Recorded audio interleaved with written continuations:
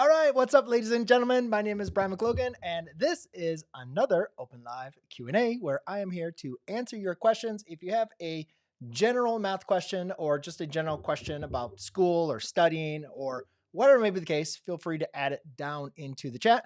And if you have a math question, then go to brianmclogan.com/Q&A. It's right there. And then you can go ahead and submit your problem. And what I've been doing with those is selecting anywhere from 3 to 5 problems that I can go over on the stream or go over on a live stream, as well as either on my main channel, as well as a secondary channel. So all those solutions, I like to work through them.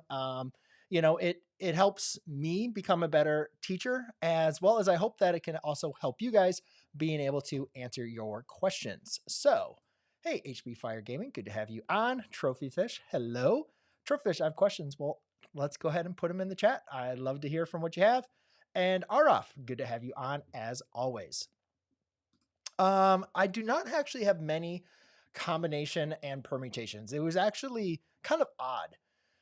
It was never ever something that we covered in all the classes, even when like algebra 1 or algebra 2, we didn't cover it a lot. I think I do have like some very basic problems on there, but I don't have a lot on there.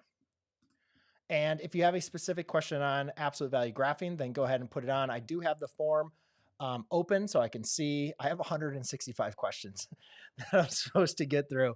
It kind of a little overwhelming. My wife, I was going to go live earlier today, and I was looking at some of these questions, and then some of them like, all right, well, obviously to go through the live stream, I want to make sure like some of them I just wanted to work through first. And it was the first two, I was like, oh my God, these were taking me like forever to kind of go through, but that is what it is. I just wanted to kind of, go through it on there. And like, so some questions are much quicker, much faster, much easier. And then of course, some of you guys always just love to give me the most difficult, or maybe just, I won't say difficult, but sometimes some very difficult questions that I'm like, I don't even know what the heck to even start with this one. I'm with you on that one. And then other ones, students, it's ones that maybe just take multiple steps from in there. So sometimes they're good for a live stream, sometimes they're not. So I apologize. I can't go over every question that gets submitted.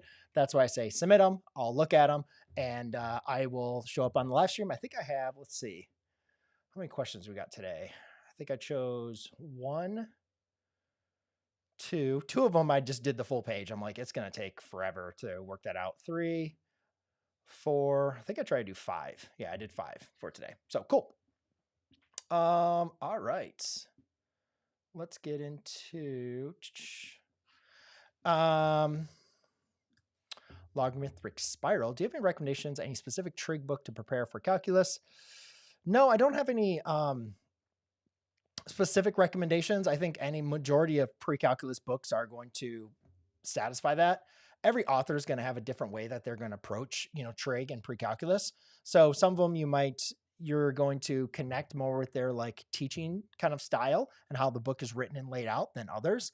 So unfortunately, I don't have any better advice of like having a couple to be able to look at and seeing if you can, return them or just preview them before you actually purchase the book. Hey, David, good to have you on. Well, there's a lot we could talk about with central and inscribed angles. So if you have specific problems, go to brianmclogan.com/Q&A. Can you make a video about trigonometry? Let's go and see how many videos I have on trigonometry. I would bet I probably have over 100 problems on trigonometry. So if you're interested in trigonometry videos, I have a lot for you. Actually, I'm not going to post all the trig values that I have. Oh, did I close that out? I did. Dang it. But yeah, I have a lot. If you just go to my main channel, go under pre-calculus /trig, you'll see tons of pre-calculus videos in there for you. But yeah, actually, I don't even have everything. I have so many, I don't even have them under just specific trig, I don't believe. But let me go and see. Let me see if I can pull that up for you. See if I type in trig, see what comes up. Oh, that's my newer ones, analytic. Let me see if that's trig. So let's do trigonometry.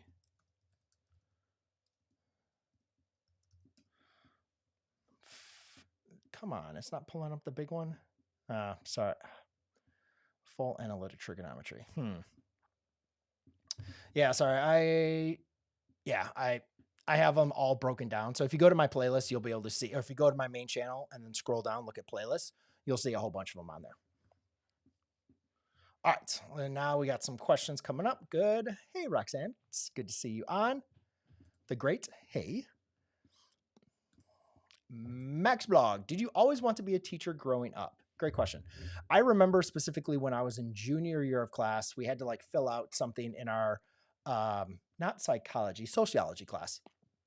And I remember at that point, I made a decision to write down I wanted to become a teacher. And that teacher that was actually teaching that class was a football coach of mine. And it kind of made sense because a football coach was my, sociology teacher. Almost all my math teachers were my coaches as well. So it just kind of like was in line with what I wanted with my role models at the time were my my teachers were also my coaches. And so I looked up to them and I thought that was a very honorable and great profession. And that's what I wanted to do. And even though I did end up coaching a little bit while I was a teacher, I ended up just really focusing and really just liking teaching and actually coaching. I didn't really love as much. I mean, I loved it. It really was beneficial, but it also took up so much of my time, outside of the classroom. And where I really thought coaching was what I was going to find the passion for, really teaching was what I think I really mainly focused on and had more of the passion with. Practice, practice, practice, practice. I do a lot of problems. I do a lot of problems every day. So I think it's important to practice consistently as well as to challenge yourself. If you're constantly just doing the same things, you're never going to grow, right? If you're just always lifting a 5-pound dumbbell, your muscle is not going to get that much strong, right? So you have to make sure you're challenging yourself. But also, if you just work out, if you did 100 push-ups on Friday, you're just going to be really, really sore on Saturday, right? But how do you get stronger doing push-ups? Well, yeah, you're going to want to do more, right? And add some weight and so on and so forth. But also, if you're doing them every day, every other day, throughout the long run, you're going to get better. Math, ladies and gentlemen, is no different. Be consistent, constantly be doing your math, doing your homework, doing practice problems, spiral reviewing, and then also continue challenging yourself. And you'll see once you start look back after some time, you'll realize how far you've grown. Hey, I'm new here, but I've seen your videos and they help me out a lot. Well, awesome. I'm so happy to help you out. I have a test on Tuesday for my Algebra 2 class, but this unit absolutely stumped me. It's over distribution and intro to stats. I apologize. That is unfortunately not my strong suit. I did not like teaching statistics and probability when I was a teacher. And even when I took the course as a student, I didn't like it. I just didn't relate to it. And so even though I do have some videos on there, I wouldn't recommend them as like a great review for that test. They're just kind of a hodgepodge of me going through some problems inside the class. But, I would just recommend like just trying to, focus in, get through what you need to do for that course. I mean, I know some students like love that stuff and they connect with it and it's easy for them. It was just never ever something I had a connection with. So, sorry, I don't think I can be any much more help for you on this live stream or on the channel, but I would just, focus in, make sure you just do the prep work, do all the work, and then, and get through on the test. And then fortunately you'll have probably a couple chapters, but at least your whole class is not a intro to distribution and stats.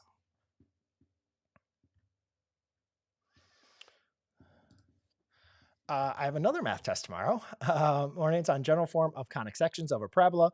And I'm super confused how to solve it and find the directrix, focus, and stuff like that. Well, go ahead and submit it to brianmclogan.com/Q&A. And I'll try to see if I get through these questions, if I can help you out with that. I did not see your question. I don't know when you submitted a question. I did not see your question being submitted. So, or at least a new question that you had submitted from there. And unless you're the person which was no name, no details given, that might be yours. And I'll go through that one. It's another verifying identities one. I'm not sure if that was you. How old are you, Benny? Hey, I am 40 years old. No, shoot, crap. I'm 41 years old. I turned 41 in January. So I am now 41 years old. I am now like considered old. It's crazy. I don't feel old, but I guess I am. Can you help with finding the area of regular polygons, like the problems with the main sides given?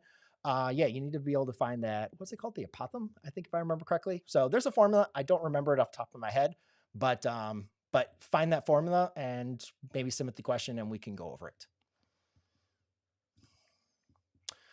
Is there a way to easily factor really big numbers? There's definitely some techniques and some skills for factoring numbers. Um, and I think some of those techniques can be great. I'm just not really a big fan of like dealing with really, really big numbers.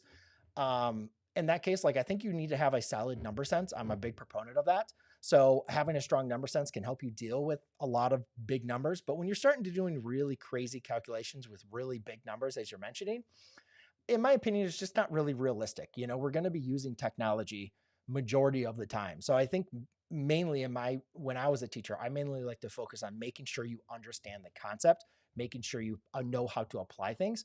And yeah, having big numbers, can work with that, developing that number sense. But I never tried to go like anything real crazy. My real main focus was like, do you understand the concept? Do you understand what we're doing? And can you apply it to multiple different variations? Well, hey, Sophie, thank you so much for joining on, and I'm so happy I could help you out.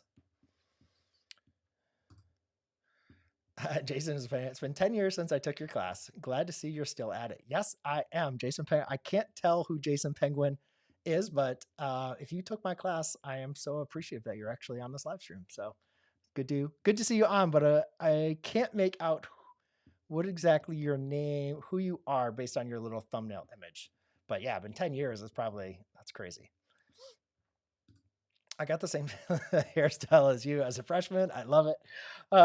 Yeah, well, I didn't have a shaved head in high school, but freshman year of college, like I remember, I think maybe like sophomore, junior year, I was starting to get the really bad receding hairline.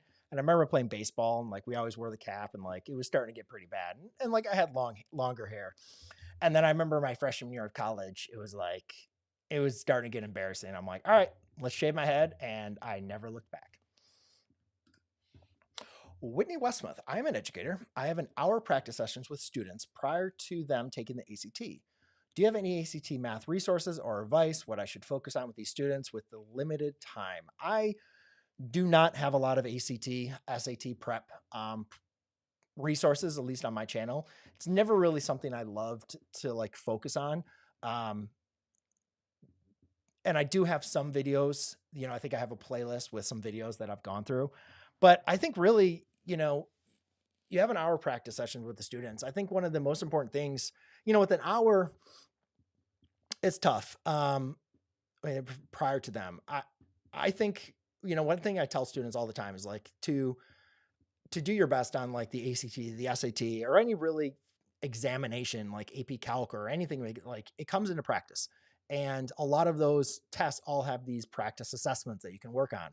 And I tell students like, do these assessments like over and over, you should be practicing them. And that's why I really don't love the ACT, SAT. It's like, it's basically just, I wouldn't say gaming the system, but it's like, you're just, the more problems you do, typically the more better you're going to do at it, And so, yes, I do have some faith in like how it can assess students and their capabilities.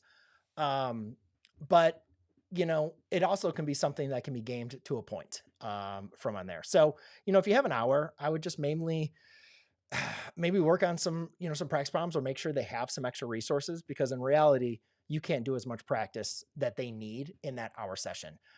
You can focus on some testing strategies, with them, and then also give them some resources or allow that, because in reality, they need to be doing a lot more work than what an hour can provide. So if they have access to some resources, maybe even create them. One thing that I would do for my students when we took a test, is we created a cheat sheet. And I know there's like I'd create a cheat sheet of like, the important formulas, the important definitions that we were going through. And, that's something that I know there's like some ACT, like same idea, like cheat sheets and just some quick reviews of like initial formulas and stuff that you should remember. And like they're expecting you to know, maybe go through creating one or have one prepared for them and, and maybe work through some problems, off and around on there. But I think just really focus on testing strategies. That would probably be the best use of time. And then having some access to some additional resources where they can practice multiple, practice tests and problems. I think would probably be the best use of your time.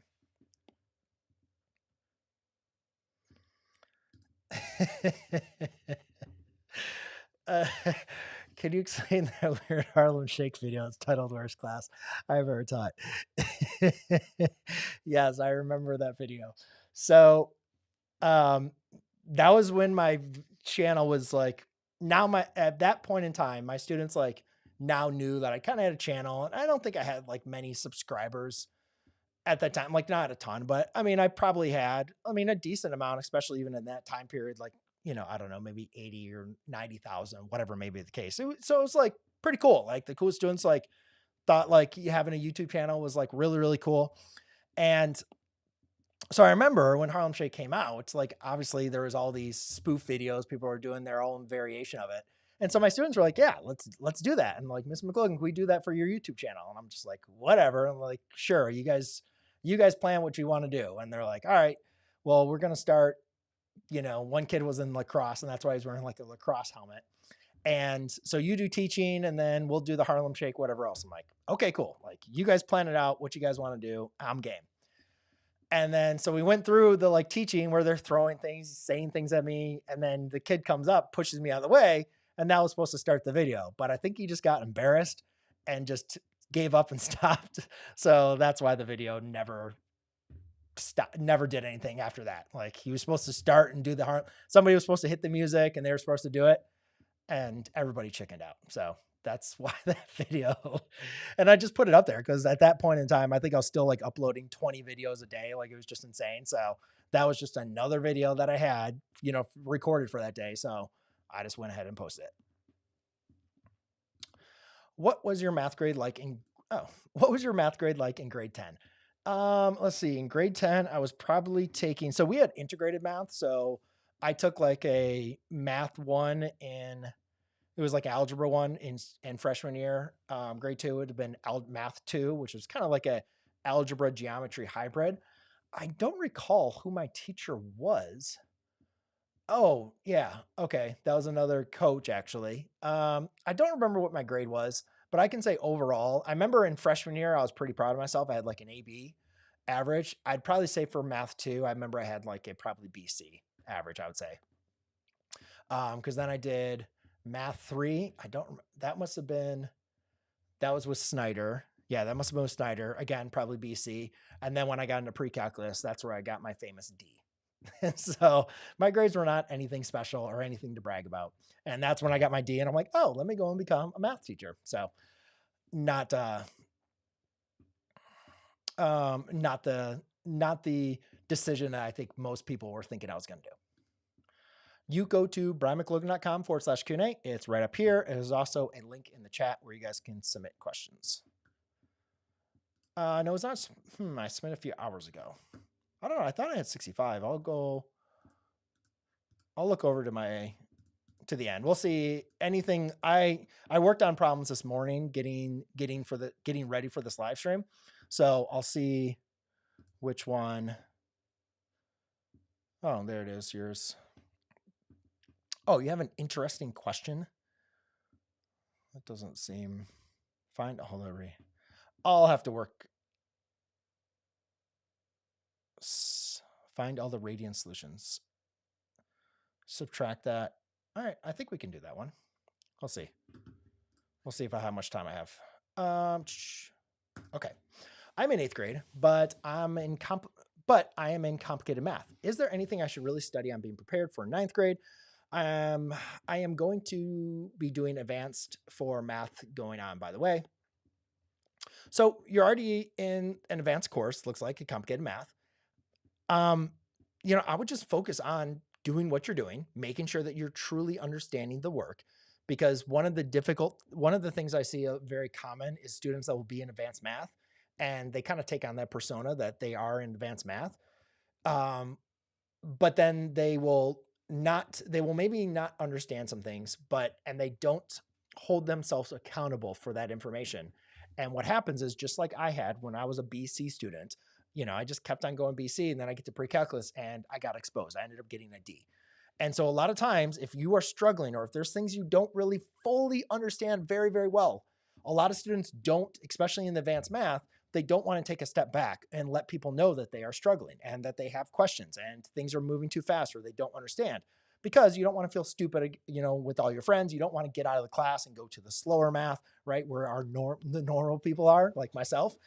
Um, but what happens is that manifests, and it gets worse and worse the longer you allow those struggles to maintain, because eventually it will show up and you will really, really be struggling. It happens all the time. So my only thing I would just mention to you, and I'm not saying that is you at all, I'm just mentioning what a very common occurrence that would happen when I would be teaching with students that would struggle in my class that were in the advanced track. So just make sure you're really understanding the work. Make sure you're really understanding what you're doing. Do some extra practice, even if you need to, because I know a lot of these advanced math courses, they will move fast. So just make sure, if you feel a little uneasy, make sure you're asking questions. Don't feel like you're the stupid kid in the class for asking questions. Ask questions, hold yourself accountable for understanding the information, and then just continue, challenging yourself and putting in the work. And I think if you do that, you're going to be just fine. I'm taking Algebra 1 in 7th grade, and I'm going to take Geometry in 8th grade. Awesome. What should I do over the summer to prepare for geometry? I would definitely speak with your teacher in your current course, as well as the course, possibly one that that's teaching geometry next year, and get some resources from them and get, maybe something. I always provided my students with a summer packet that they could use. It wasn't a requirement, but it was always something for students that felt like they needed to be doing some extra work over the summer to be able to do. So I'd highly recommend doing that. So therefore, you know exactly what to expect and what skills you need to refer to.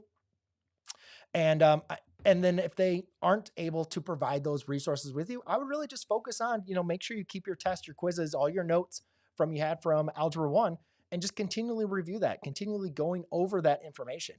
Because obviously geometry is a different beast than Algebra 1, but a lot of the skills that you learn from Algebra 1, you're going to see are going to continue in geometry. So I think if you can maintain those skills and maintain that understanding, then I think you'll be just fine next year.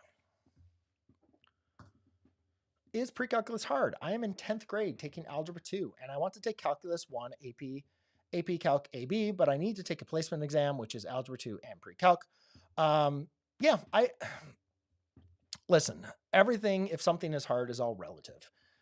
But I think the important thing about the difference between a pre-calculus and a calculus is it's not so much about learning something and being able to apply it.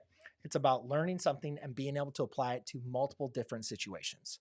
And actually, there's a question we're going to go on here, and where it'd be something that would be typical, where a student's, when I think about my Algebra 1 geometry, Algebra 2 students, they want me to teach something and they want the homework to be very, very similar to that. And just so therefore they can follow it, which is fine. When we get into more advanced math courses, it's not so much about just regurgitating what you learned in the lesson, but really being able to apply it. So it's like, here is our lesson. Here is the general understanding of what we need to know. All right, now we're going to go and take a look at some equations that we didn't have time to look at during class. We didn't have time to go over every single different type of possibility. So there's going to be things that you've never seen before, but you're going to have to apply the knowledge that you learned to these new different functions or equations or whatever may be the case. It's very difficult for a lot of students to be able to make that transition. However, I don't know where you are in your math journey. I don't know how Algebra 2 is or pre-calculus is at your school, or how those courses are even taught, right? It could be, pre-calculus could be taught very similar to Algebra 2, or your Algebra 2 class could be very similar to teaching the way I would teach a pre-calculus. So I would definitely just speak with your teachers, speak with your counselor and your parents to make sure that you have the necessary foundation before moving on or jumping any classes from there. But in general, I would say no. Pre-calculus, calculus, there's a lot of, for a majority of students, it's not crazy stuff. Students struggle because they are missing previous information from previous courses. Why that is the case? There's many different reasons, and everything is going to vary from student to student, course to course. Dylan, need help passing practice 5165. I missed 5 points last time. Dang, that stinks. But I didn't get to work the last 5 questions. So you get to retake it, I'm assuming. But that's motivation. You know, when I was taking my real estate exam, the first time I took it, I failed it. And it was like so frustrating because like you study. I remember I studied for hours taking this exam. And there's all these law questions and like everything's so ambiguous and like it was so frustrating and demoralizing to fail that test because you just put in so much time. But like, what else am I going to do? I had to retake it if I wanted to get my real estate license. So what they allowed you to do is they would allow you to go back into the testing center, review all the answers you got wrong, right? So therefore you can understand it and then retake the test. So that's exactly what I did. I went back over, I understood where exactly I made my mistakes. And again, I also missed it by like 2 points. Like, I think it was like 1 or 2 questions that like I was right at the threshold. But again, I looked at my mistakes. And again, most of my mistakes were just like stupid, easy mistakes. Stuff I'm like, I should have known better. Right? Why did you choose that? And again, it's like when you're taking a test, we all know that feeling, right? Especially getting one wrong. You're like, I knew the correct answer. Why did I select that? Right? But so I reviewed my answer. I understood where I was making my mistakes. I adjusted, I restudied, and then I passed the test. And that's what I want you to be able to go through on there. Like, try to take an assessment of what went wrong and address maybe some of the issues that you were struggling with, put in the work, put in the effort, and then get focused in and retake that test. And I wish you the best of luck. How long did it take you to be a teacher? Well, I don't know. I went to school to be a teacher. So it was 4.5 years, 4 years of education. And then I did a half semester of teaching, or my student teaching that I had to do. So yeah, I was in college for 4.5 years from on there. But I also entered school a year behind because remember I got that D in pre-calculus. So most teachers, math teachers, were already in Calc 1 first semester. Well, I was starting in college algebra year 1. So I didn't take calculus until the next year. So I had to double up my math courses, which was pretty frustrating and difficult for a couple of years. But I put in the work and I was able to shave off an extra semester off of my timeline to be able to still graduate in 4.5 rather than 5 years. I just want to let you know that I've been using your videos all day today to teach me a concept that really couldn't comprehend. The way my teacher teaches doesn't click with me, but yours way does. Well, awesome. I'm so happy to help. And that's why I created this channel. So I can, if my explanation works and your teacher doesn't, all the best. I'm happy. I'm so happy to be able to help you out.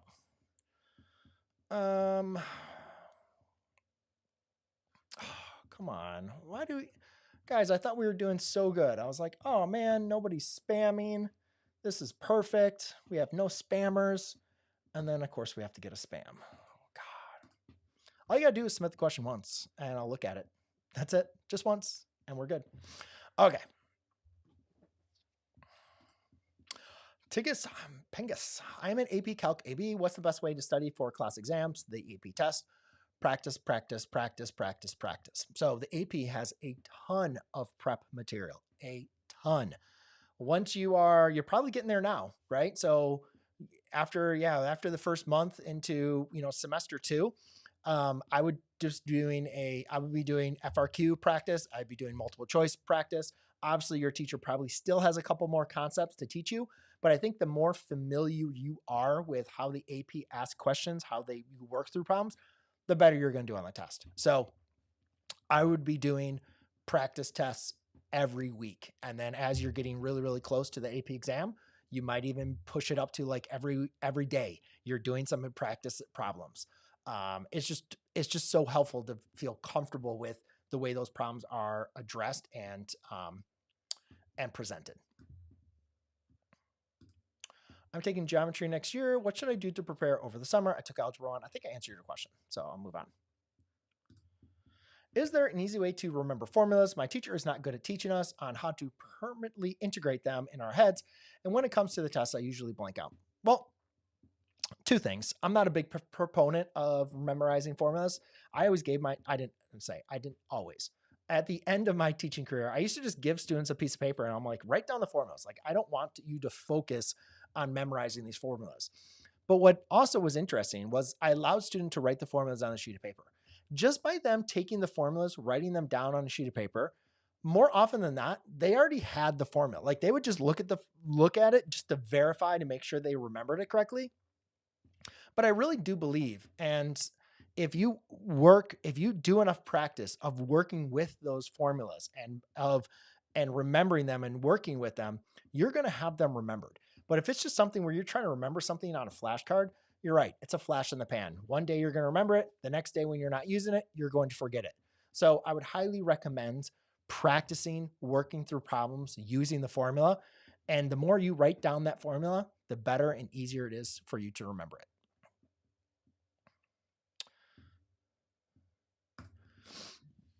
Matt Lindgren, I'm Brian.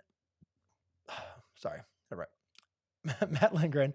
Hi, Brian. I'm a new math teacher and I'm struggling with something. Students not showing their work or using PhotoMath or similar apps. Any advice? So I had PhotoMath. Well, students had PhotoMath in my class. And they also, when I would give them homework, I also provided them with the answers online, as well as a video that I would make that they could watch and do it. And some students would do the work, and then other students would turn in literally the exact same work that I did from my video and the answers I provided them. And they would just write it down literally like verbatim, wouldn't even try to hide it, and then turn it in. And so what I did is like, I wasn't a big proponent of like, big proponent of like treating as like that was cheating, because I provided it to them. I wanted them to use it to understand. And I feel like PhotoMath and other apps are the exact same thing. It is a great tool to help them learn and understand. However, they have to understand it is a tool, not something that they can use just to get credit. So a couple ways that I worked against this, so therefore it would not harm as far as like the students' grades. One, I made the work that they could provide their answers from my answers, like their homework.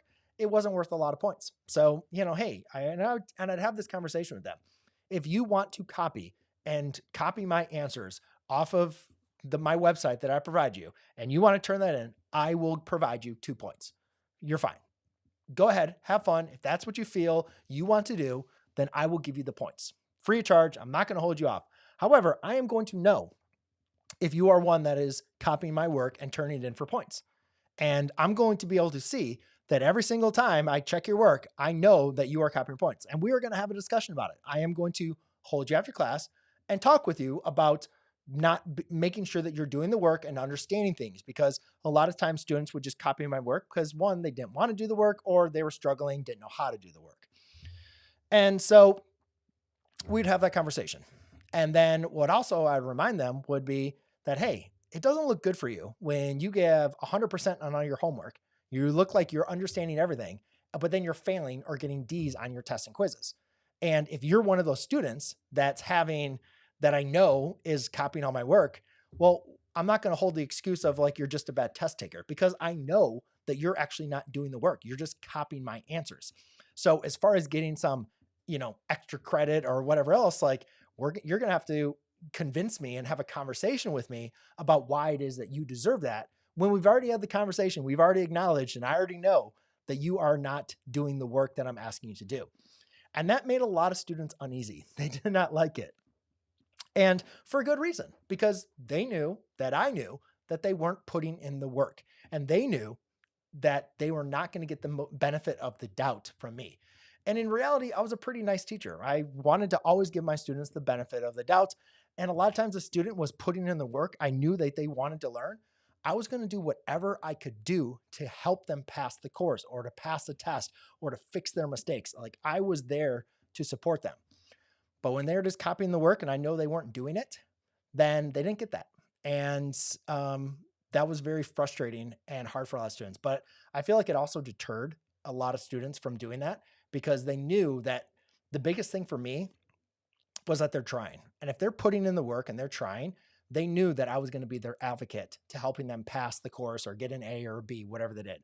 But they also knew if they weren't putting in the work and they knew they're just faking it or cheating or whatever may be the case, they weren't going to get that. And so it didn't deter everybody. Of course, there's always going to be students that are like, I don't care. I just need to do what I need to do, make it the quickest, easiest, fastest way. And like, hey, if I pass this class with a C, I'm cool. And it's like, it is what it is. But for a lot of students, I think that deterred them.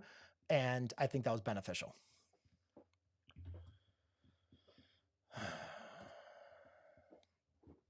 Hey, what's a few topics that students must when students learn Algebra 1? What are a few topics that's a must when students learn Algebra 1? I think with anything, if I was going to focus on Algebra 1, I'd just focus on like quadratics, knowing how to factor, knowing how to factor, solving quadratic equations, and probably like rules of exponents and radicals. Like having that basic foundation is something that's going to occur for the rest of the math courses you're taking.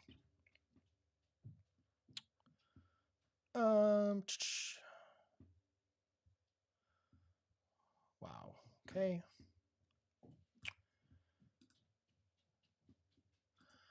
I am an American teacher, but yes, I do not have familiarity with the GCSE. The SAT, I would say the SAT has more difficult questions than on. It's like it's up to Algebra 2, they say roughly.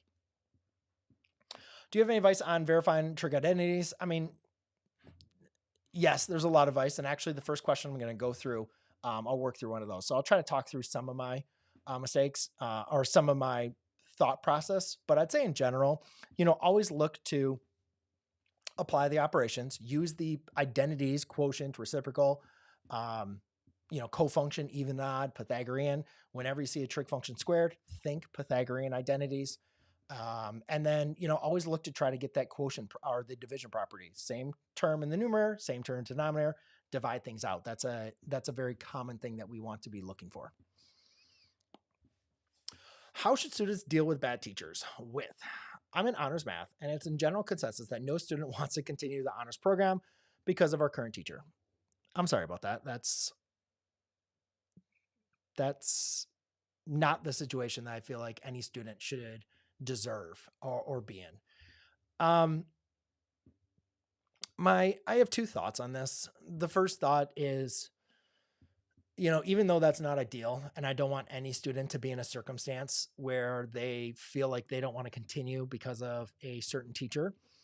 I also feel that it doesn't matter if your teacher is good, bad, or, mean or whatever else. Like, you're accountable for your own learning. And so do what you need to do to be able to get by through that course and then move on. Because the other portion, or the other way that I look at this is, in all walks of life, there's always going to be people that you don't want to work with. There's people that you don't want to associate with. And for whatever reason, you're going to be stuck with them. It might be somebody in your job, or it might be somebody from another company that you need to work through. And so having that ability to be able to figure out ways that doing what you need to do to be able to get by, it's not a lifetime sentence, right? You have to take this course and go through it, and then hopefully you'll have another teacher after that going through. So, hold yourself accountable for your own learning. Your teacher does not really have as much of an impact, I think, as students as they used to. Like back in the day, the teacher held all the cards, right? They were the decider on what you're capable of learning and moving on. And it's not as big as they don't have as much power as they used to. So I don't think I want you to think about of giving them that much power into what you're capable of learning. And I am sorry that you have a situation like that. But now in the days of YouTube and everything else, like there's all the information that you want to learn is out there. So, do what you got to do to get by through the course. And I'm sorry. I mean, I've had tough teachers and teachers I didn't get along with as well. So I get it. I don't have a great solution for you.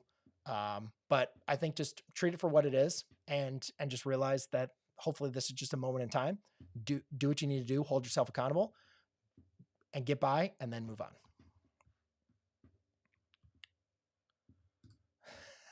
Are you good at making kids quiet while you're teaching in class? Yes and no. I was a pretty laid back teacher. I really was. I think that when I was younger, it was very, very difficult to control my class because I was so young. And the older I got, the more that teacher like stare and voice came out of me, where I didn't really have to say anything. I didn't have to do anything.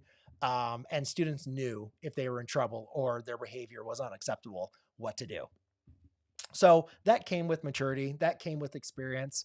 But in the end, I was a pretty laid back teacher. I mean, I like to have fun in my class. I wanted students to enjoy coming to my class. So, I wasn't a very like strict, like no talking and no sound and whatever else. Like I always tried to, I always like things to be a little bit exciting and fun in my class.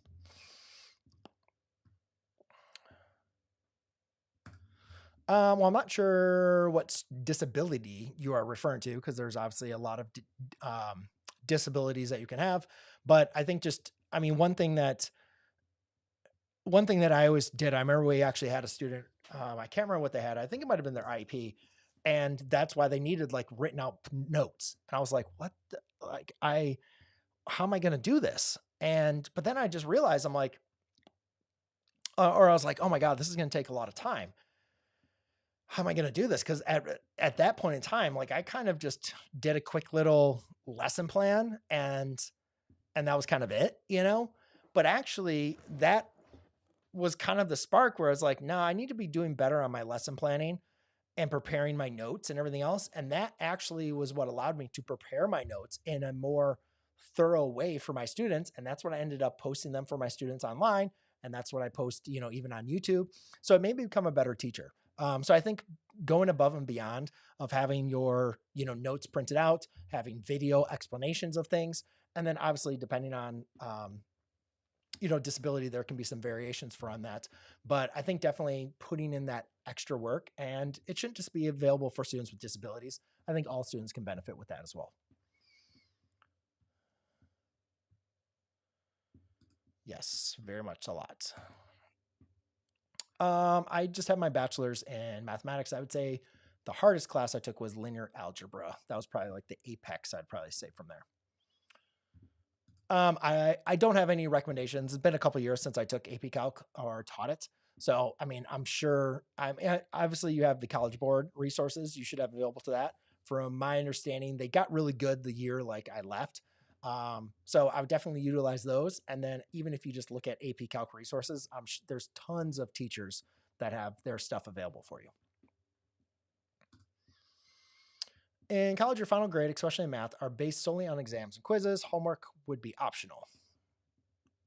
Mostly, yeah. And I feel like I would always have my math homework as a little bit of work, just like give students like a thank you for turning it in, thank you for doing it. And again, like at the end of the quizzes, it was always enough. Like if you were at like a 79% and you did your homework, that was enough to get you to an 80, right? But if you're at a 65 and you did all your homework, that wasn't enough to put you to a C. So I always kind of treated the homework for students, the rationale behind this was like, this is your way to like earn that extra bump up to get to the next grade if you're on the edge. Because if you didn't do your homework, why was I going to bend over backwards and try to do what I could do to get you to a B? If you didn't do your homework, you didn't put in any of the work from out of there. So that's the way at least I looked at it and, had conversations with my students about it.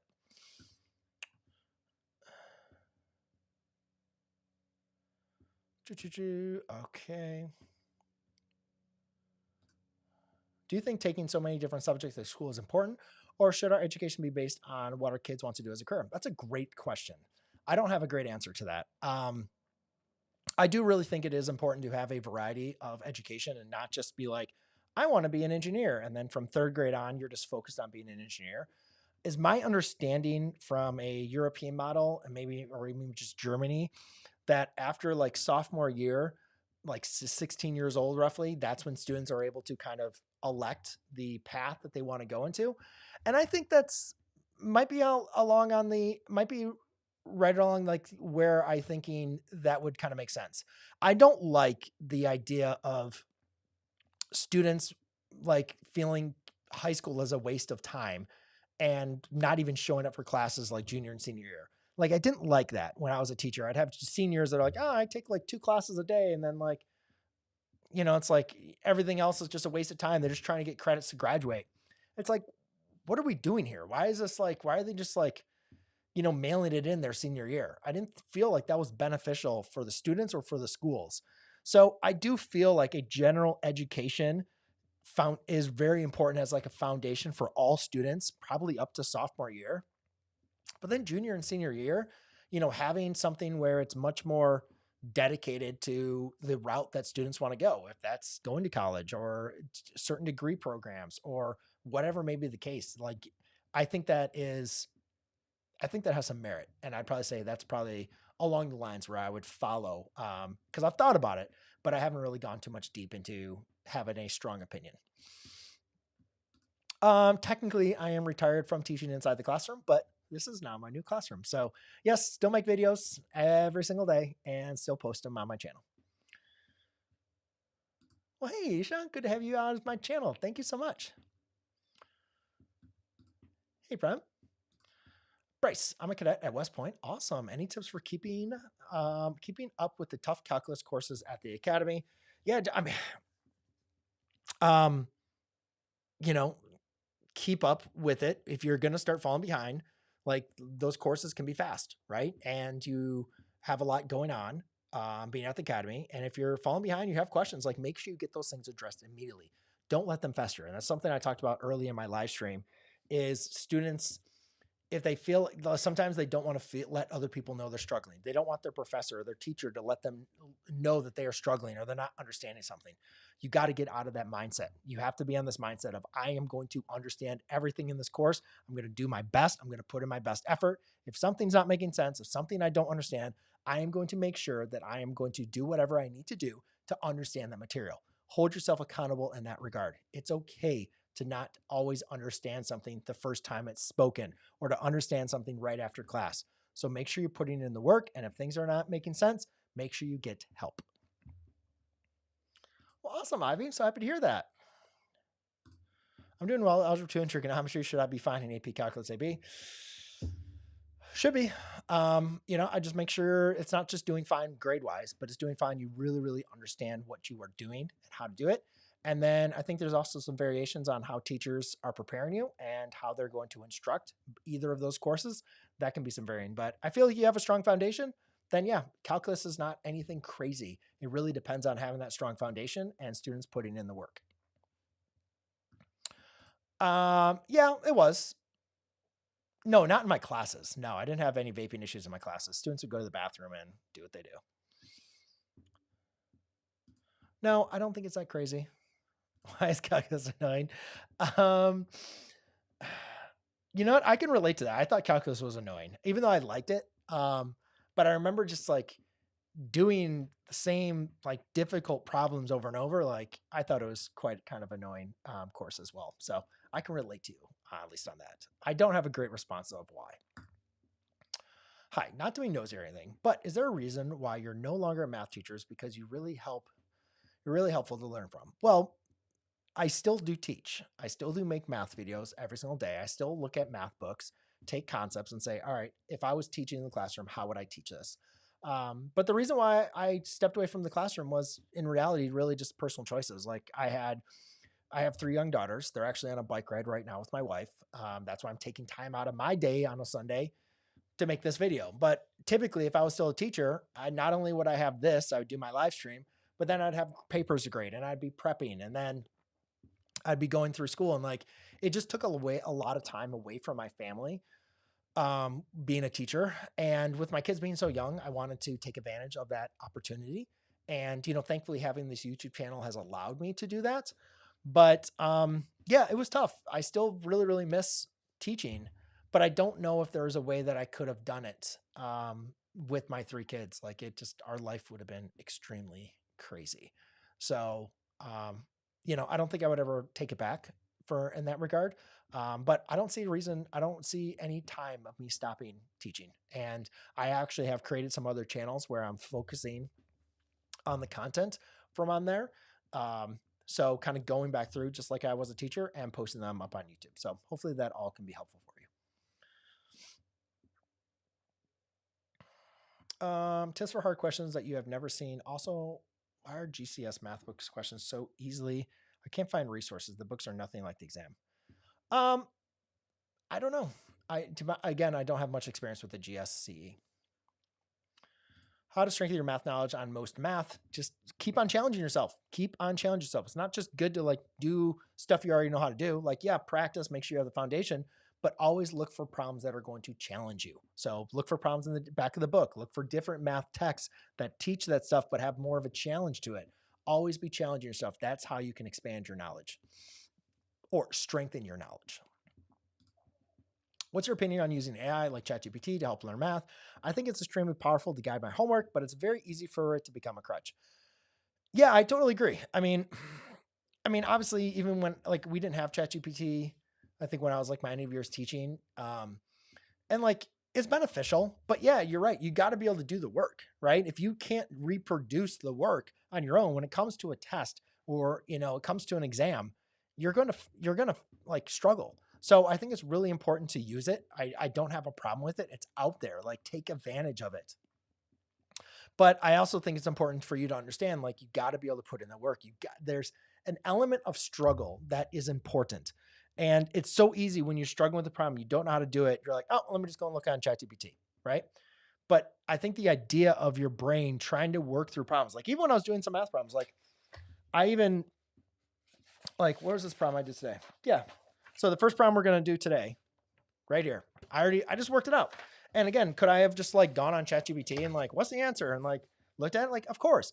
But like, it's important for me to work through my brain of like how I would look at a problem, how would I understand it when I got stuck? Like, let me work through and think through this problem. And I think that's critically important for students to be able to develop that. So I think it's helpful though, when you are really, really struck or making mistakes and like to understand certain concepts, to have that, in like kind of like your back pocket to use. But yeah, if it's something you're going to rely on, then it's something you're always going to have to rely on. And unfortunately, for like tests and quizzes, and when you are expected to show that you have knowledge of something, that's where it can come back to bite you. Is there a proper way for me to improve my more for math? I spent hours doing homework, watching videos, and doing everything I can, but I'm not getting the results I'm aiming for. I think you need to ask better questions.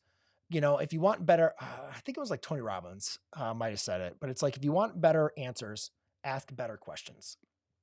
And I remember hearing that a long time ago, and I think it really kind of changed my focus. Like you're doing a lot of work, right? And it's frustrating. I've had this conversation with students over and over. They're like, Miss McLogan, I spent hours studying for the test, and I still struggled.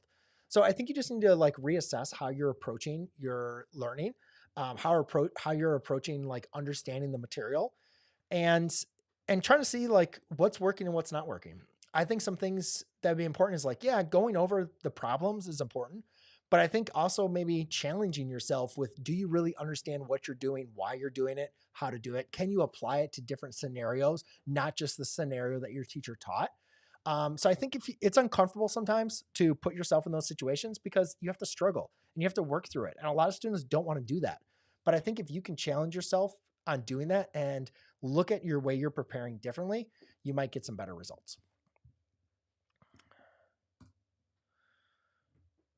Is it better to take AP Calc AB or BC after taking pre-calc summer course? Which has better foundations of math and useful in my future? I'm a freshman right now. I think it really just depends what you want to do with the information. Really, as far as if you think about, as far as my understanding, I never taught BC, but really the way that it was taught in our school was like AB was like Calc 1 and BC was kind of like Calc 2 information. And so we taught them as they were both year-long kind of courses at our school. And so she would kind of teach AB first semester and BC second semester. And that's really all the time that she really needed to prepare her students for the exam. So I think it really just kind of comes into, the challenge that you want and the speed that you want to go through the material and also what you're looking to do it. Are you just looking to take BC to take it? Or are you looking into using those, credits into school and you're going into engineering or whatever field.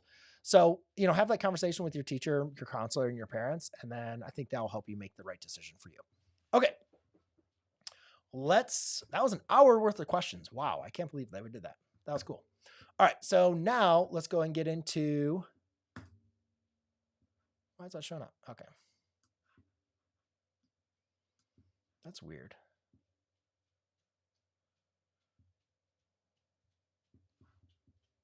Huh, okay. All right, so now let's get into some math questions.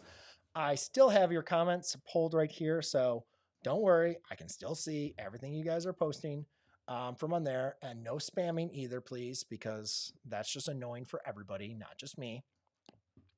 But if you have a general question, feel free to put it down in the chat. And again, if you have a math question, go to brianmclogan.com/Q&A. All right, so now let's get into some math. So we're good on this. All right. No name. Student decided not to give their name. And then they said, no details given. Just answer this, I guess. So, all right. I guess I'll just do your math problem for you. No problem. You are welcome for that. So, this is, I'm assuming it's to verify the identity. And a couple things that, a student was asking me, like, what are some advice? What do you look at with verify identities? And I think I always try to think it like there's always multiple different ways we can approach a problem. And a lot of times for students, that's very difficult because there's not like, oh, if you see this, like do it this way. Like not every problem is that straightforward. So you have some flexibility. And I would say like the one thing that is really important is always focus on the most difficult side first, right? It's much easier to take this expression, simplify it to get over here. Now, one thing I notice is the right side has sine of theta, cosine of theta. This has sine, cosine, which I like and I want, but that also has cotangent and tangent. Well, I don't really want to continue using tangent and cotangent. So what I'm going to do is I'm going to rewrite that as cotangent as cosine over sine and tangent as sine over sine. Furthermore, I don't want to have 1 minus cotangent or 1 minus tangent. Like I want to get rid of those. So remember, 1 is equal to sine of theta over sine of theta. Wouldn't you agree with that? So if I can like get them to be the same denominator, then I know I can combine them by either and subtracting them. So anyways, the first thing I'd do is I'd rewrite sine with the same denominator as cotangent, which would be sine over sine, and tangent is sine over cosine. So I'm going to rewrite 1 as cosine over cosine. So let's go ahead and write that out. So I have sine of theta divided by, now again, cotangent, remember, is cosine of theta. That's the quotient identity over sine of theta. And then you could write 1 minus, but again, if I want to combine those together, I would have to get the same denominator. So therefore, I'm going to rewrite that actually as sine of theta over a sine of theta. So I'll rewrite this as a sine of theta all over a sine of theta. And that's going to be plus. Over here, I have a cosine of theta. The link is not working. I'm not sure. Check it in the description as well if that's not working. So cosine of theta equals so tangent is sine of theta, sine over cosine. So over cosine of theta. And then I can rewrite this as a cosine of theta over a cosine of theta. Okay. So what's important about this is now I can go ahead and combine them, right? They have common denominators. And again, that's equal to the right-hand side. So now I can combine these. So I'll have a sine of theta all over a sine of theta minus cosine of theta. And that's going to be all over a sine of theta. And then plus here, I'll have a cosine of theta. Cosine of theta over a cosine of theta plus a sine of theta. And that's going to be all over a cosine of theta. Okay, so I have a fraction, basically a complex, fraction over a fraction. So to get, what I want to do is get rid of a fraction here. So to get rid of some fractions, I don't want to have a fraction in my denominator, right? Remember, our whole goal is to like get 1 as my denominator. So what I'm going to do is I'm going to multiply by sine of theta on the top and the bottom. And then over here, I'll multiply by cosine of theta on the top and the bottom. Now what's going to happen here is those are going to divide out. And now that's going to leave me with a a sine squared of theta divided by a sine of theta minus a cosine of theta plus a cosine squared of theta all over those are going to divide out, a cosine of theta plus a sine of theta. So close. Now, one thing I do recognize, sine squared plus cosine squared equals 1. That's pretty good. But that's only going to equal 1, though, if I can get them to have common denominators, which unfortunately they do not have. So the next thing I look at, I'm like, all right, I kind of just replicated 1 minus cotangent of theta now with a sine of theta minus cosine of theta. But one thing also kind of screams to me. Whenever I see here, I can think about this, or I think of trigonometric function squared. I also think about whenever I have a binomial in my denominator, I always think of like rationalizing the denominator. You can also do it in the numerator. But again, that's going to come in from knowing my sine squared of theta plus cosine squared of theta is equal to 1. So if I multiply this by the conjugate, which is a sine of theta plus a cosine of theta, and do sine of theta plus cosine of theta, and then here I'm going to do cosine of theta minus a sine of theta. Here I'll do a cosine of theta minus a sine of theta. Let's see what now this is going to produce. So over here I'll have it's a lot of writing. So now I'm going to have a sine of theta plus cosine of theta times a sine squared of theta. Now over here, if you were actually to multiply these out, you can see I'm going to have a sine squared of theta minus a cosine squared of theta. Almost the Pythagorean identity I was looking for, almost.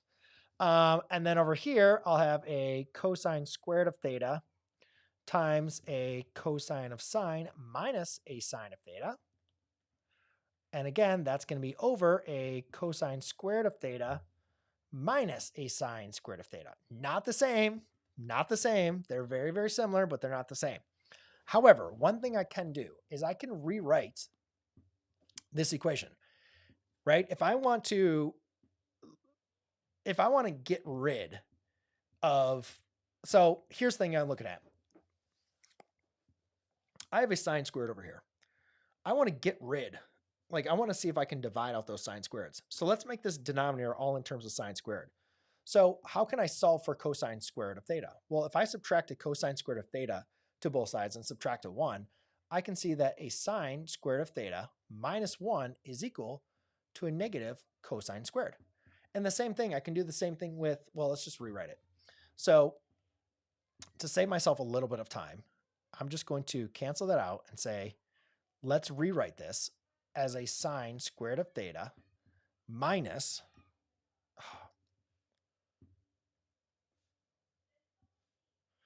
I can just say sine squared of theta minus, and what's a cosine of theta written as?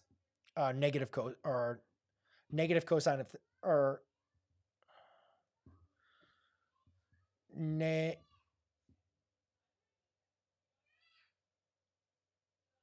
oh, wait a minute. That's a cosine of theta minus a cosine squared of theta. Sine squared of theta minus 1. How did I get that right?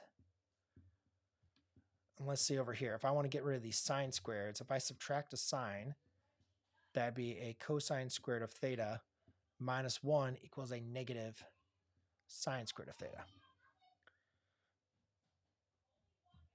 Okay, all right.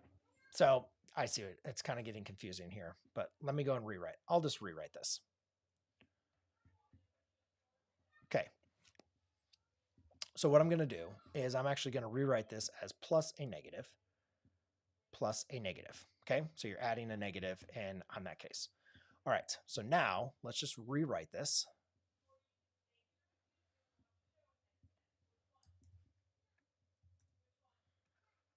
Okay. All right, so then here I have a negative cosine of theta, which is the same thing as a sine squared minus 1. Negative cosine squared, same thing as a sine squared minus 1.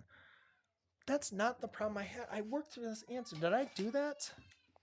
I'm looking at that answer, cosine, but that's incorrect. I did that wrong. Huh. Dang it. I worked in this answer and I got the final answer and I got it correct. But I'm wondering if I made my mistake because I wrote a negative cosine. That's not going to work that way. Now this is, dang it, frustrating.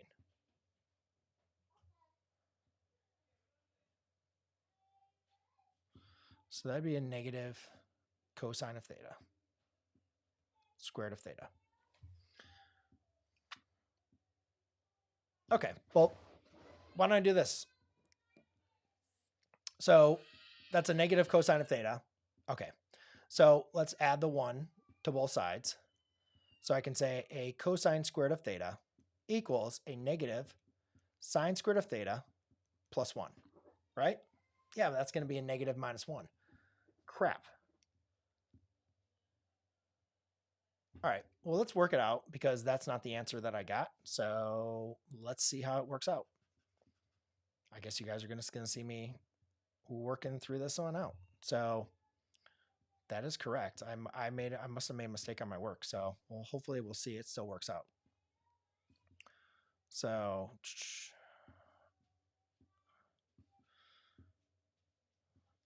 come on. All right, so negative minus a sine squared of theta. Again, I want these cosines to divide out. I want these sines to divide out. So I'm going to rewrite a cosine in terms of sine.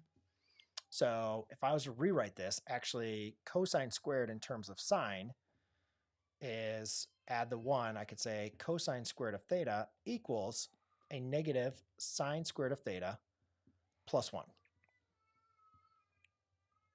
So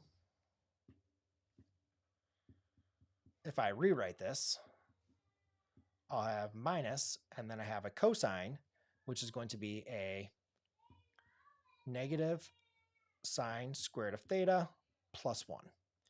Distribute those two. Geez, oh man. Distribute these two. You're now going to get a 2 sine squared of theta minus 1.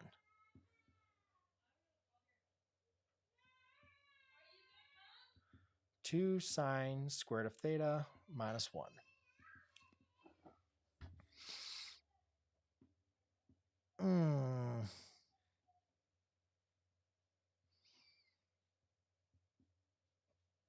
And then, dang it. I'm now mad because did I rewrite something or did I write that down wrong?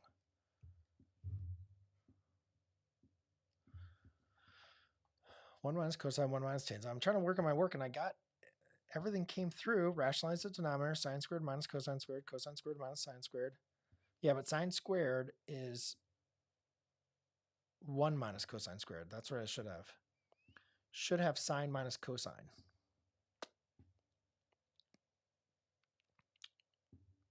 I'm not sure where you mean sine minus cosine.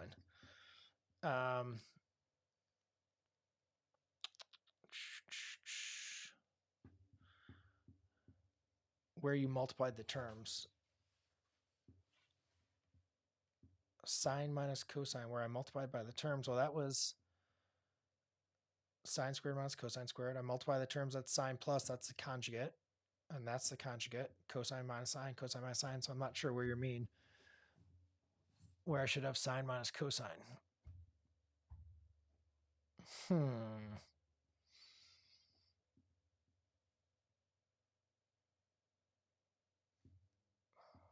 That's going to be a 2 sine squared of theta minus 1. And then here, I'm just going to want to get them to be the common denominator then. But that's not going to work.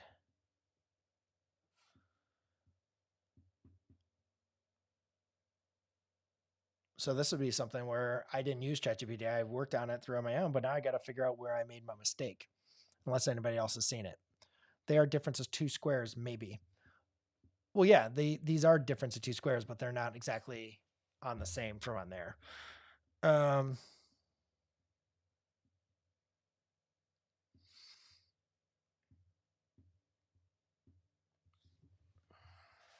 gotta look through, because that's gonna be the 2 sine of theta, and then I guess, all right, I mean,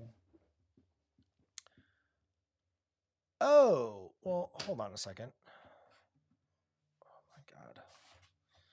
Hold on. 2 sine squared of theta minus 1. Oh, that'd be my double angle formula. I don't want to convert that to a double angle formula. Trying to verify things.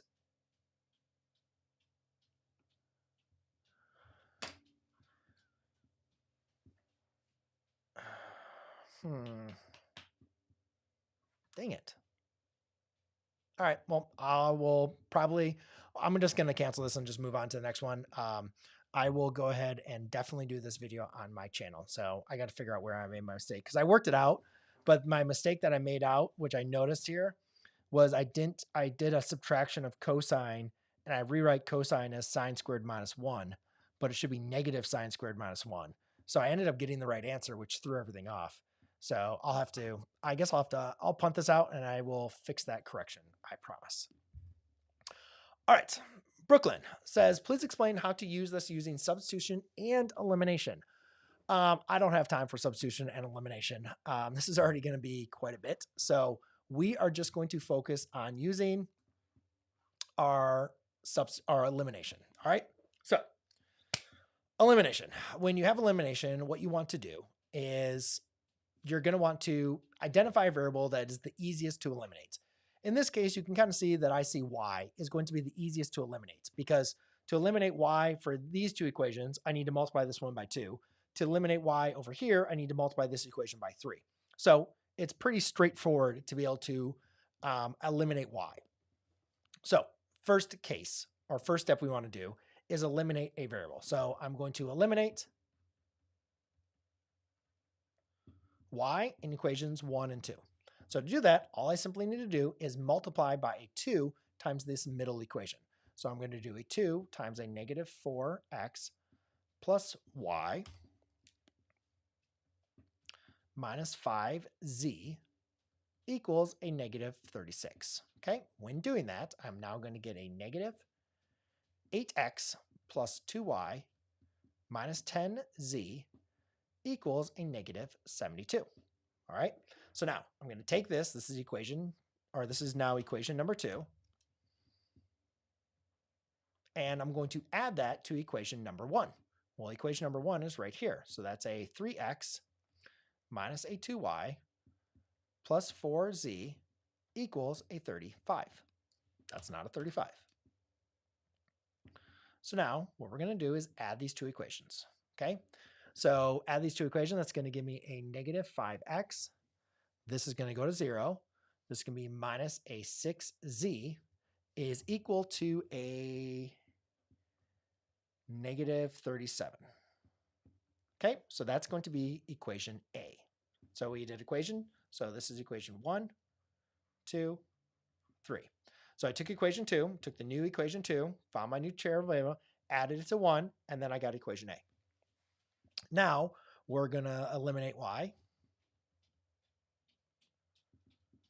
for equations 2 and 3.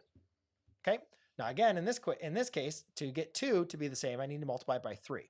So I'm going to take equation number 2 and I'm going to multiply it by 3. So that's going to give me a negative 4x plus y minus a 5z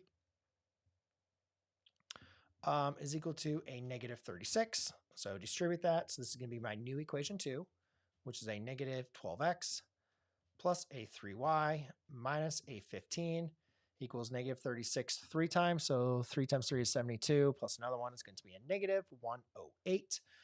And then equation 3, which is going to be a 5x minus a 3y plus 3z. That's a 15z, right? Yeah, that should be a 15z.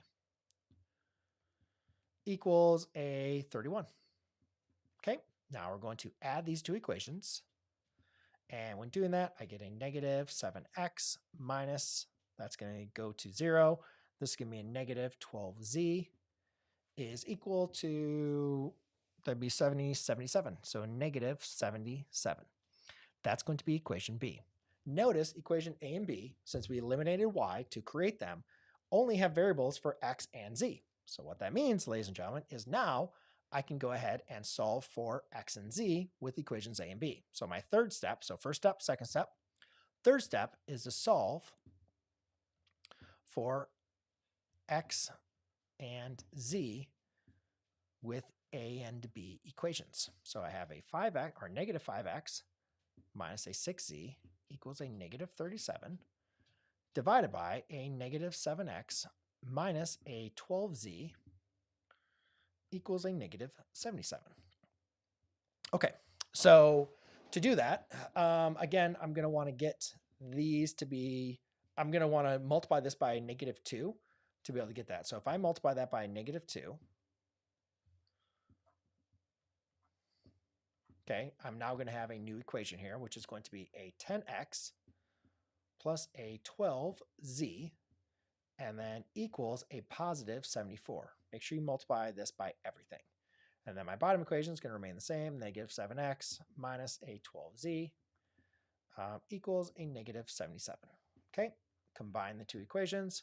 That's going to give me a 3x is equal to a negative 3, divide by 3, x equals a negative 1. So ding, ding, ding, we got x. All right, cool.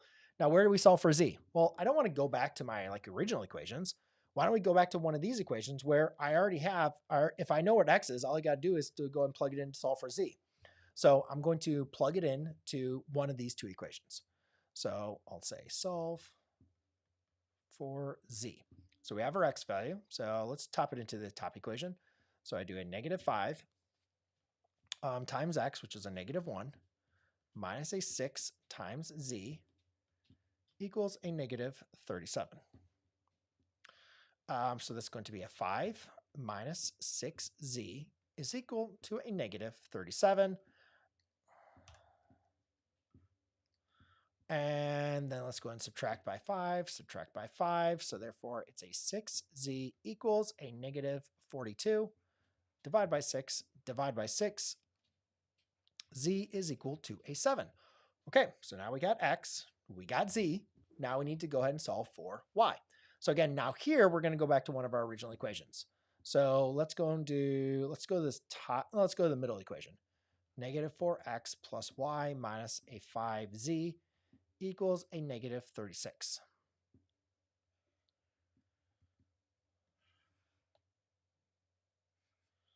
Okay, so now let's go ahead and solve for y. Okay, so to do that, I will plug in the x, so negative 1 plus y, which I'm trying to solve for, minus a 5 times 7 equals a negative 36. So that becomes a positive 4 plus y minus a 35, equals a negative 36. So then add a 35,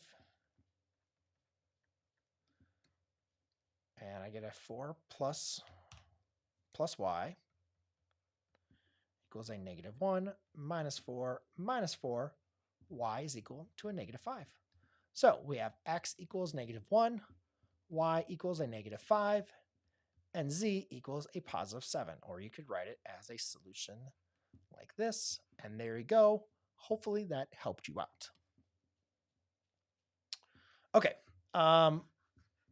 So why are you not replying to me? Well, I'm teaching, so I can't reply to the chat. I can see the chat, but I'm not replying when I'm teaching. So that's why I'm going through it. I don't see my messages. I don't see what you're...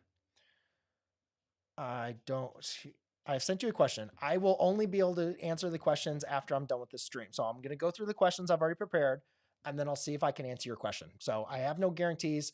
The stream has already been going on for an hour and a half, so I will see how long these other questions do, but I'll try to do my best. All right, Brooke Rose 28. Could you explain how to make the XY chart and graph as well as domain and range? Can you pick any of them or just the harder ones? Could you also explain horizontal stretch and shrink? Thank you. Okay, so you're looking into graphing these with the XY chart. All right.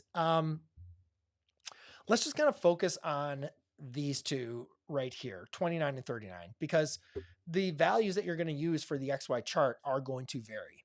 And you don't really like, unless you're using parent graph or anything like that, like I wouldn't be worried so much about what the stretch is compression, because as long as you're using an XY chart, you're going to get that is going to be embedded. That's going to show up on your graph. So let's use this first equation, g of x is equal to a 1/2 x squared minus 6. All right, so whenever you're dealing with a quadratic or even an absolute value function, you want to know like where the vertex is or where the axis of symmetry is. So let's go and just do a quick review of what a quadratic looks like. And we a lot of times familiarly call it the U-shaped graph, or technically a parabola. So what's important about that is whatever points we have here on the left-hand side are the exact replica of the points we have here on the right-hand side.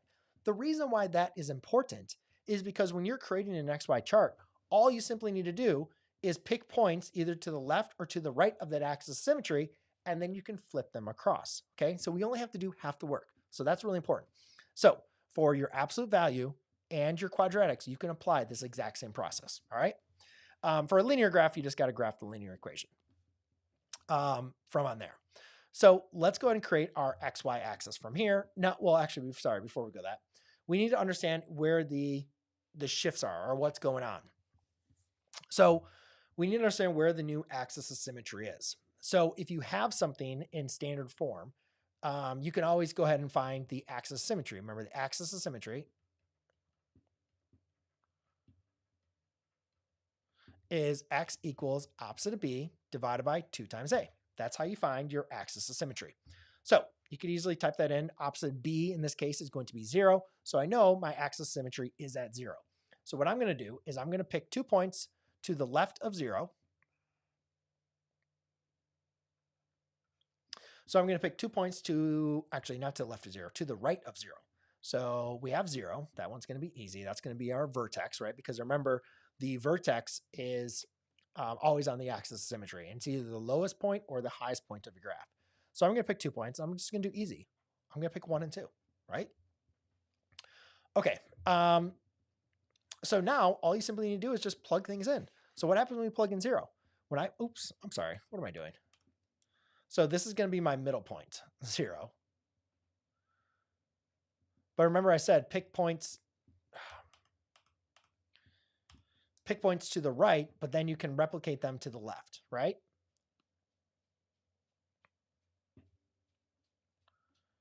Okay, so if I pick 0, we can figure that one out, plugging it in. And then let's pick 2 points to the right, and then what their counterpoint would be on the left hand, on the other side of the axis of symmetry. So if I pick positive 1, I could do negative 1. If I pick positive 2, I could do a negative 2, right? And we're just going to do 3 points to vertex plus 2 other points to get our graph.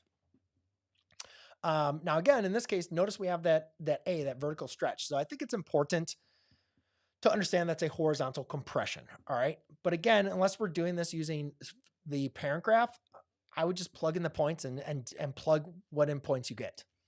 So if I plug in 0, that's the easiest one. 0 squared is 0. 0 times 1/2 is 0 minus 6. So they go negative 6. So that one we can graph. So 1, 2, 3, 4, 5, 6. Ding, ding, ding. Okay, now let's plug in 1. So 1, actually, I'm not going to want to pick 1 and 2. So typically when I have a horizontal stretch in a graph, I don't want to do 1 because then it'd be 1 times 1/2, which would be 1/2, and 1/2 minus 6. I don't want to deal with that. That's going to give me fraction issues, and I don't want to deal with fractions, right? So whatever my denominator is on my fraction, I want to make sure whatever I square, that number divides into that. So I want to square something that is going to be divisible by 2. What I mean is like 2 squared is 4. Does 2 evenly divide in 4? Yes. 3 squared is 9. Does 2 evenly divide into 9? No. So I'm not going to do 3. So I'm actually going to do 2, and I'm going to do 4. So important point that I should have noted. So I'm going to do 4 here. Ding. So typically you like to do integer points or points that are 1 point apart. But here, when you're looking at that horizontal stretch and compression, I want to pick points that are going to be that far off. So that'd be a negative 2 and negative 4. All right, so now I plug in 2. 2 squared is 4. 4 times 1/2 is 2. 2 minus 6 is a negative 4. And then 4. 4 squared is 16. 16 times 1/2 is 8. 8 minus 6 is going to be 2. All right, now let's just plug in the points. So we have positive 2, negative 4, 1, 2, 3, 4.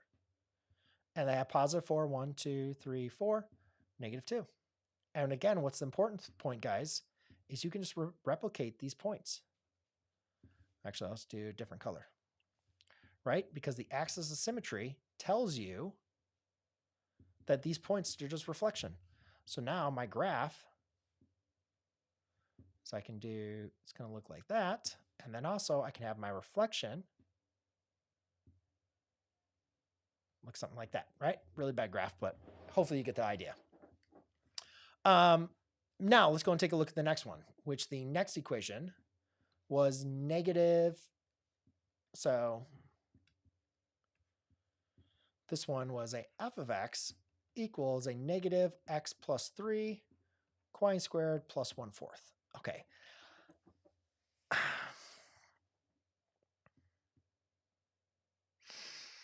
I don't know. I would not use an XY graph for this. I would just apply the transformation. So I'm not sure, like, I get the idea of using the XY graph, and I think it's important when you're learning how to graph, but this is not something that I'd want to use the XY graph for, because why am I going to want to add 1/4 to this, right? So here's what I would do to graph this one.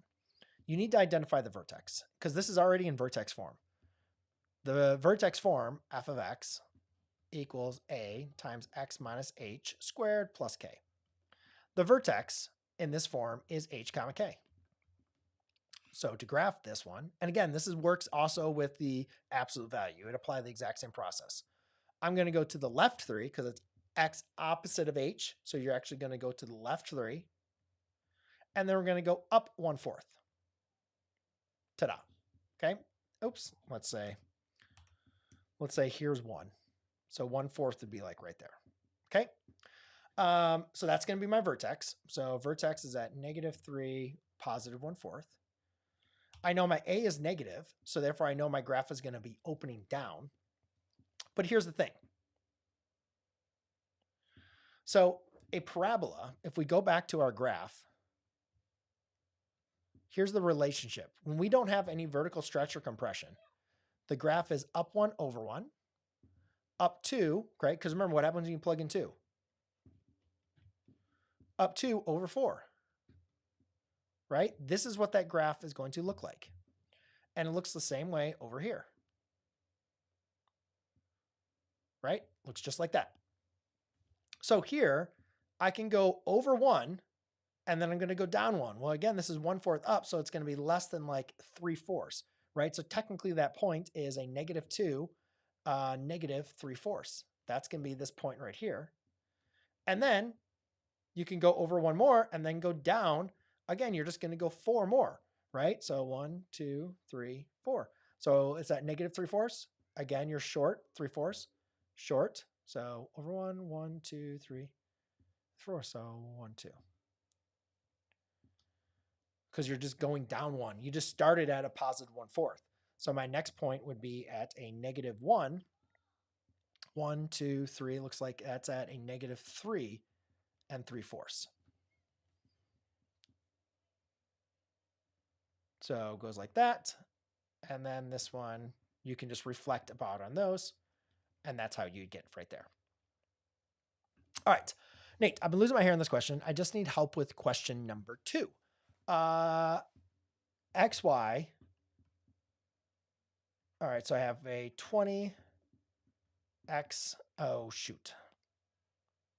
XY is a geometric sequence. So remember, to go from a geometric sequence, guys, you need to multiply by something, like multiply by 5 or 2 or 1, right? And then arithmetic sequence, we have x, y, 60. Now, again, that is going to be adding some numbers. So the problem is, like, if let's say we multiplied by 3, or let's multiply by 2.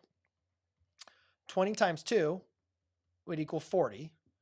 And then 40 times 2 would equal 80. Well, we can't do that. I mean, again, then you could have 80, but you'd have to multiply by a number that would have to be reducing to go and get to 60. So I'm trying to think of what would be a number, or no, then we got to add, right? So then we'd have to be adding to a negative number in that case. So if I'm looking at this, I would simply just do, if I did 20 times, well, I don't want to multiply by 2, but what if I multiply by 3 halves? Multiply 3 halves, 20 times 3 is 60, 60 divided by 2 is 30, and then 30 times 3 halves, 30 times 3 is going to be 90, times 2 is 45. And so you could do 3 halves, so, and then that would be, so then this would be 30, 45, 60, and you can see from between each of these terms is positive 15. So you can add 15 for both those. So there you go. And can you please find the period of the graph? Well, I don't want to find the period between those 2 points. I want to find the period between these 2 points because that's how long it takes the graph to repeat its cycle. So if this is at a negative pi over 4 and this is 5 pi over 4, then I know that this is at 4 pi over 4, right? So negative pi over 4 to 4 pi over 4, if you were to shift that back over, that's 5 pi over 4, 4 pi over 4. That's at 5 pi over 4, so this is at 4 pi over 4. So this is at 3 pi over 4, 2 pi over 4, 1 pi over 4. Oh, that's actually an extra pi over 4 over. So they're going by pi's over 4. So that's pi over 4, 2 pi over 4s, 3 pi over 4s, 4 pi over 4s. So I have 4 pi over 4, which is just simplified, over 2 pi. All right, I am sorry, ladies and gentlemen. My family is bothering because they want me getting off of the stream. So I cannot go over more questions. But for those of you that did submit, I will go ahead and take a look at them. And I'll try to do my best to be able to answer them on the next live stream. Thank you so much for joining me tonight. Sorry, again, family is calling. I got to go. Cheers.